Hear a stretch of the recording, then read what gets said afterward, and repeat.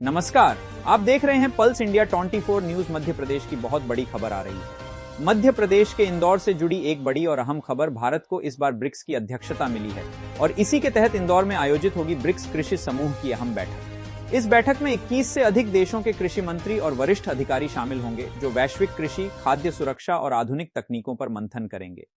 इंदौर, जो स्वच्छता और स्मार्ट सिटी के लिए जाना जाता है, अब अंतरराष्ट्रीय कृषि नीति का भी केंद्र बनने जा रहा है।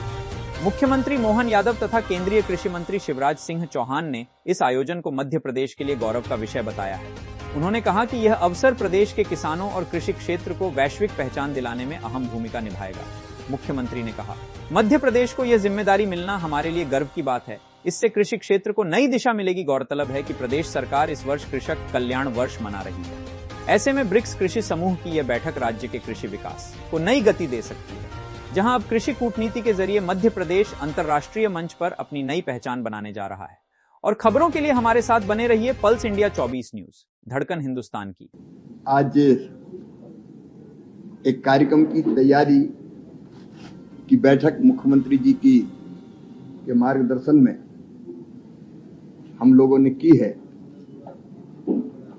आप जानते हैं कि ब्रिक्स की अध्यक्षता इस बार भारत को मिली है और ब्रिक्स में जो देश सम्मिलित है, जैसा मुख्यमंत्री जी बता रहे थे, आधी से ज्यादा आबादी दुनिया की इन देशों के अंतर्गत आती है। इसमें ब्राजील, भारत के साथ साथ ब्राजील, रूस, चीन, दक्षिण अफ्रीका, मिस्र, इथोपिया, ईरान, संयुक्त अरब अमीरात, इंडोनेशिया, सऊदी अरब और इनके साथ जो साझेदार देश है ब्रिक्स के, उनमें Belarus, Bolivia, Cuba, Kazakhstan, Malaysia, Nigeria, Thailand, Uganda, Uzbekistan और वियतनाम, ये 21 देश।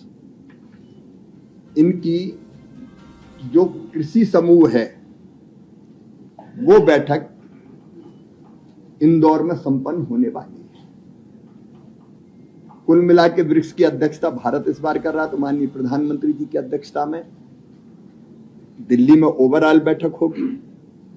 लेकिन कृषि के क्षेत्र में विचार करने के लिए मध्य प्रदेश की मां अहिल्या की इस पवित्र नगरी इंदौर का चयन हुआ है और ये मेरे लिए भी आनंद का विषय है। मुख्यमंत्री जी से जब चर्चा हुई तो उन्होंने कहा प्रसन्नता पूर्वक मध्य प्रदेश और विशेषकर इंदौर अगवानी भी करेगा और आतिथ्य मेजबानी भी करेगा। जैसा आतिथ्य और सत्कार हमारी मालवा की परंपरा है, वो करेगा। इसमें दुनिया के लगभग 42% कृषि भूमि इन देशों में है।